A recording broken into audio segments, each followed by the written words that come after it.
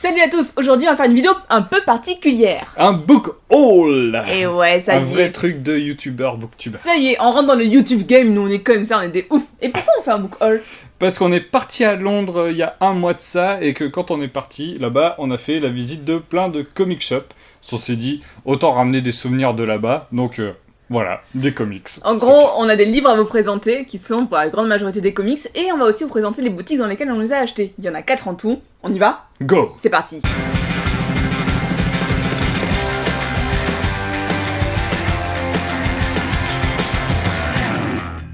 Premier comic shop lors de notre visite dans le super quartier de Camden Town. Si vous connaissez pas, allez-y, c'est plutôt cool. Il y a super stand pour bouffer, mais c'est pas le sujet. On est allé à Mega Comics City ou Mega City Comics, je ne sais plus. Mega City Comics. C'est par là, et c'est un comic shop alors qui est pas hyper grand, qui est tout en longueur, et dedans il y a quand même pas mal de choix, mais ils ont pris le parti pris de mettre des bibliothèques tout le long du mur avec toutes les façades vraiment visibles comme ça, toutes les couvertures visibles du premier coup.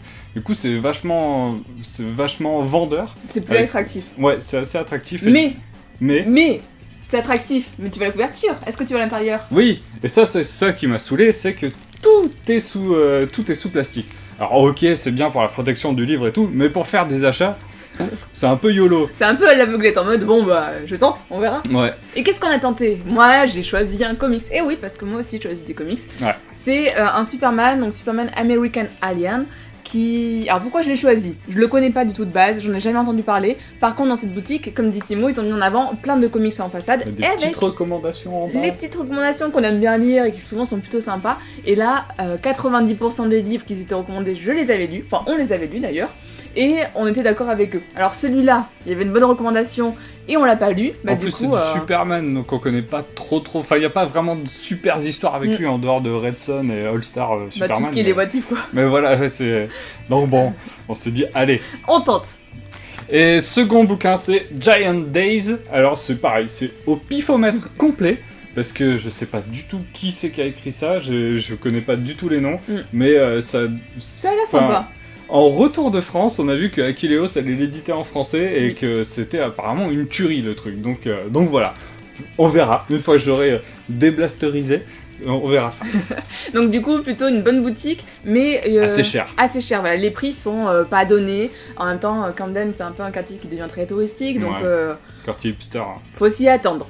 Deuxième boutique, où c'est plutôt une chaîne de boutiques qui s'appelle The Book Warehouse. Alors en Angleterre, contrairement en France, ils peuvent faire des discounts, des démarques en fait sur les livres, chose que nous on ne peut pas faire parce que le prix du livre est unique. C'est une spécificité. Oh, merci, française. Et c'est comme ça. Et en même temps, ça protège pas mal de choses. Enfin bref, ça c'est un autre débat. Alors que là-bas, ils s'en battent la race. Du coup, ils font des prix totalement aléatoires. Totalement what the fuck, avec de bonnes promos, quoi. Alors, on est reparti de cette boutique qui était près de l'hôtel, on y allait plusieurs fois, et à chaque fois, j'y passais un peu de temps, voilà, un tout petit peu. Et on est parti avec des livres et non pas des comics. Et c'est la seule boutique où on a pris des livres. Et là-bas, il n'y avait pas un pet de comics. Oui, c'est pour ça, je pense. C'est pour ça qu'on a pris de comics. Et j'ai commencé par des livres de cuisine, parce que c'est vrai qu'au final, on a beaucoup de livres de cuisine chez nous. On aime bien cuisiner. Et d'ailleurs, si ça vous intéresse, on pourra faire une vidéo sur nos livres de cuisine préférés. Ça... je pense que ça peut être sympa en plus. Ouais, c'est une bonne idée. Ça peut être une bonne idée, on va le noter. Et j'ai commencé par prendre le Great British Bakes, qui en fait est un livre de cuisine avec tous les trucs traditionnels anglais, et je me suis dit ça peut être plutôt cool, il était pas trop cher. Et voilà. Les unités de mesure, c'est en plus des trucs c'est français. Des grammes. Enfin, c'est des grammes, les trucs normaux quoi. Hein. Second bouquin, c'est Home Sweet Home de The Hummingbird Bakery. Alors, je sais pas du tout ce qu'il y a dedans. Par contre, j'ai bouffé à The Hummingbird Bakery. Audrey m'y avait amené à Notting Hill. Donc apparemment, c'est la boutique, la toute première boutique là-bas. C'est des pâtisseries de ouf. Et pas trop cher pour ce que c'est. Ouais, pas trop cher pour ce que c'est. Parce qu'ils font des gâteaux hauts comme ça. Tu prends, c'est 4 pounds la part. Ouais, 4, 5 pounds. Et tu manges bien. Tu finis par décéder. Timo, il a mangé, après il a fait excuse-moi, il faut que je vomisse. Dès qu'elle me parlait d'autres pâtisseries, je te dis non mais arrête de parler dessus que je vais gerber. Mais c'était trop bon, hein. Et j'ai fini avec un autre livre. Cette fois, ce n'est pas un livre de cuisine, c'est Two Boy Kissing de David Levitan. Je vous ai déjà parlé de cet auteur parce qu'il a écrit A comme aujourd'hui, qui a été traduit en français, et que j'avais beaucoup aimé, c'était plutôt sensible comme récit, enfin c'était très intéressant. Et celui-là, pareil, il a de très bons avis, donc je me suis dit, bon, moi aussi je vais prendre un livre, et puis un truc que je peux vraiment lire, et bon, je peux avec pas une histoire. Avec une histoire. Et voilà, donc je vais voir ce que ça donne, j'ai plutôt hâte de le lire, je lis pas beaucoup en anglais, donc je pense que faut que je trouve le temps en fait. Surtout. Et au niveau prix, au niveau de la boutique, pour vous donner une idée, alors les 3 livres qu'on a pris, vous voyez, c'est quand même de la bonne qualité, ça c'est du hardback, ça aussi. Et on en a eu pour 13 pounds pour les 3. Donc plutôt raisonnable. Ça va. On enchaîne avec Comics and Books Exchange à Notting Hill. Ouais. C'est que de l'occasion, encore une fois. Et là, c'est pas bien grand. Par contre, il y a du choix et du bon choix. Je pense que c'est la boutique qu'on est resté le plus longtemps par rapport à la taille de la boutique. Ah ouais, c'est clair. Parce qu'on est vraiment resté à un bon petit moment. Mais on avait vraiment envie de fouiller. Il y avait un truc dans cette boutique qui te donnait vraiment envie de fouiller, parce qu'ils ont été aussi assez malins. Ils ont mis les œuvres connues en avant, mais ils ont fait aussi des petits packs reliés de plusieurs fascicules qui sont vachement bien de séries un peu pas hyper mainstream, mais hyper intéressant. Donc du coup, on avait envie, on a dû faire un choix, parce que sinon on repartait avec énormément de choses. Moi j'ai commencé par craquer sur Artifacts. Alors Artifacts, c'est fait partie de l'univers de Witchblade. Et je ne connais pas du tout, je me suis dit, bah allez... Enfin, Witchblade tu connais, mais ça tu connais pas. Oui, Artifacts, ce spin-off là, je ne connais pas du tout. Je sais que Stepan Sejic a beaucoup bossé dessus. Mais pas sur celui-là. Mais pas sur celui-là. Et le dessin fait un peu Michael Turner, mais c'est pas Michael Turner. Et je me suis dit, pour 3 pounds, allez, go. Go, tu fonces. Moi j'ai fait un peu la même chose pour X-Men, The Worst X-Men Ever. Donc ça veut dire le plus mauvais des X-Men jamais existé, ouais, voilà, de tous les temps. C'est mieux comme traduction, c'est pas mal. Et je trouve ça sympa en fait au niveau du dessin, c'est tout con. Le dessin avait l'air plutôt rigolo, alors qu'à l'intérieur, ça se trouve c'est pas du tout le même, parce que là encore une fois c'est fermé donc j'ai pas pu le voir. Ah oui, c'est vrai. Ben oui. Mais on s'est dit, allez on tente, c'était 50 centimes, donc voilà. Second achat, un petit peu plus cher, mais avec 2 grands noms du comics, Mark Millar et Steve McNiven. J'aime beaucoup ces persos. Nemesis, j'en ai entendu que du bien, donc je me suis dit, bah allez, go. Tu tentes, go. tu Ouais, tentes. je tente. Allez. À moi maintenant de vous présenter un craquage, et là pour le coup, j'avoue, c'est un vrai craquage. Voilà. 4 tomes de Runaways. Je suis tombée sur les 4 tomes de Runaways, enfin 4 tomes de Runaways, et je me suis dit, Timo, est-ce qu'on peut les prendre? Est-ce qu'on les prendrait pas? C'est une série que t'aimes beaucoup. À chaque fois que tu vois marqué Runaways, c'est... Oh, on prend. Oui, alors Runaways, on a lu qu'un seul tome, qui en fait n'était pas du tout dans ce format-là, c'était un petit format style manga un peu particulier. D'ailleurs, on a celui-là. Celui-là, mais limite en format poche, quoi. Ouais, un format un peu bâtard, quoi, au final. C'est ça.